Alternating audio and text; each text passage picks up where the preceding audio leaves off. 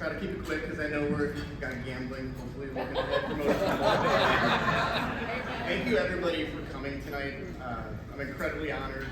I've obviously been in the organization for a while and made a lot of really good friends and seen people grow up and have children, and it's just pretty amazing to be standing in this spot finally. So thank you to the chapter's board as well as the past chefs of the year for selecting me.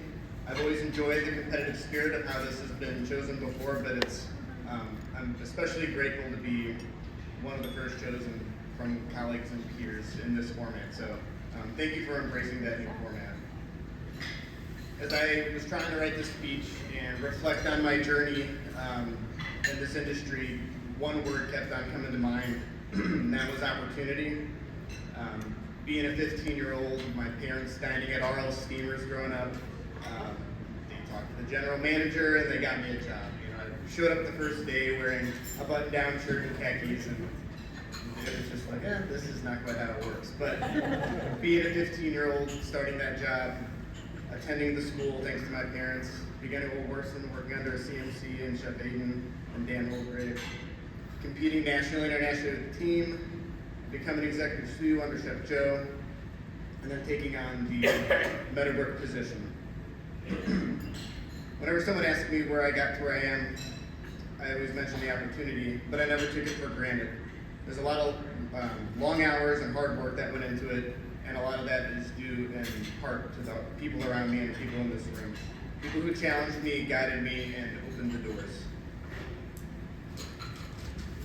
The first people I have to thank for all the opportunities are my parents. I don't know if many people know, I did gymnastics most of my life from 4 up until high school. And when you do practices like that, it's essentially a full-time job. 5 days a week, after school, get home late, do homework, and do it all over again. Constant driving, doing that. Big competitions, traveling across the country for it. High school sports, being in the Culinary Olympics, and traveling to Germany. You've been there every step of the way. Mom, your cooking was the first to ever inspire me. You showed me that food does more than just nourish, it creates memories. Cooking with you is when I really saw how preparing a meal can actually make people happy. Each of you have taught me the importance of doing the right thing, having persistence, and when things are tough, always working hard, and I love you both for that. Some of my culinary influences, Chef Aiden Murphy, I wouldn't be here if it wasn't for you. You introduced me to the ACF, to the chapter, to culinary competition. You taught me fundamental country club cooking that I still rely on every day. Hot food hot, and cold food cold.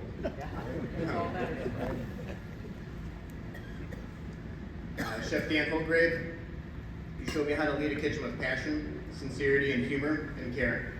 I consider at the time working dinner service with you as exec sous and me on the line as some of the best a la carte services I've ever had in my career.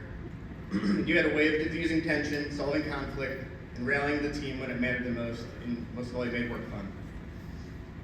To the junior Olympic teammates that I had, JT, Mike, Kevin, and Wayne, we learned so much from each other and shared a lot of unforgettable moments. To the coaches, Chef Storm and Chef Paul, thank you for your time, your sacrifice, and your patience with a group of 22-year-olds who thought we had it all figured out. What I really appreciated the most was you never gave us the answers. You guided us. You made us figure out the answers, and you pushed us to be better every day. Chef Chris Desens, you've been so supportive for as long as I've known you. I may not have worked directly underneath you, but you've taught me and many young chefs in this room how to lead with empathy, kindness, and a genuine love for food. Whether it was stopping by whatever club I was working at, just check in, send an email just to see how things were, or approaching me at an event to see how my family was, you've always been there. You've taught me the importance of communication within our community and chapter. Chef Joe, I know you're listening. You gave me my first sous chef role in a kitchen, and we were rebuilding and trying to fill some big shoes where Chef Chris was. We built new staff, we built new menus, and it was amazing the amount of trust that you instilled with me at a young age. You never simply said, this is how we do it, now go. It was always the how, the why, the when, the maybes, the do's, and the don'ts. And if you know Joe, that was very much how he was. You brought me into the interview sessions, the menu planning, the scheduling, and the employee meetings. Those are moments that formed how I lead today. Thank you, Joe. I miss you, and I wish you were here.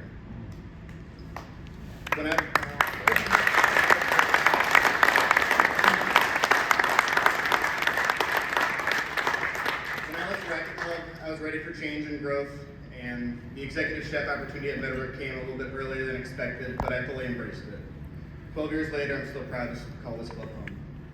To Jim, our general manager, you took a chance on me, and I can't thank you enough. I learned so much about this industry from you, people skills, how to lead a team, how to navigate a tough member, staff situation. You carry a cool, calm demeanor that pushes our club to improve each and every year. You've respected my opinion and made me feel I had a voice in our team even when I first started. You've supported my vision for our menus and culinary decisions and allowed me to create an amazing culture in our kitchen family. You're a great boss and an even better friend. Thank you.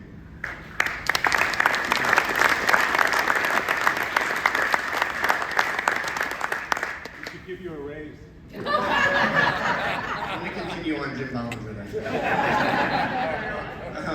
I've been very fortunate to work with a lot of amazing people at Meadowbrook. Just to name a few, Dorsey Lawrence, John Morales, Austin Hamlin. I could really go on all day with how many people I've been lucky enough to work with. Because it's truly in my opinion, it's a lot of those, once you become a chef, that's always your goal, but once you're the chef, it's all your co-workers and your teammates that really continue keeping you where you're at. A couple of people that couldn't be here today that are holding down the fort currently. Mike Lathrop has been with me for 7 years. Gabrielle Granado, 9 years with me at Meadowbrook and 2 at Racket Club Ladue. Elise Gaglione, our pastry chef. You're an incredible talent. It's just so amazing working with you. Mike Shervitz, our team's executive sous chef. My partner in crime. Known you for over 20 years probably now. Worked with you for 15 between the 2 clubs. We shared all the highs and lows of life, in and out of the kitchen. You taught me how to zoom out and see the bigger picture, how to appreciate the balance between work and life. You're so incredibly talented and constantly challenge me to be better. Thank you for your loyalty, your friendship, and making me laugh every day. To my wife, Danielle, thank you for your patience and understanding what it means to be married to a chef. You've been my safe place from day one. You love this industry like I do, and I'm very grateful to have someone I can share ideas with, talk food trends, and lean on every single day. Words can't really describe how much you mean to me. You're an incredible mother to our son, and I'm beyond lucky to share this life with you. To our 5-year-old son, Emmett, you've given me a new sense of purpose, a new life in the kitchen. You help me stay young, stay present, and make the most of every moment. And lastly, congratulations to everyone who won an award this evening. This personal award is a result of many mentors, teammates, and family, all which I've been incredibly lucky to have. Thank you all for the opportunity.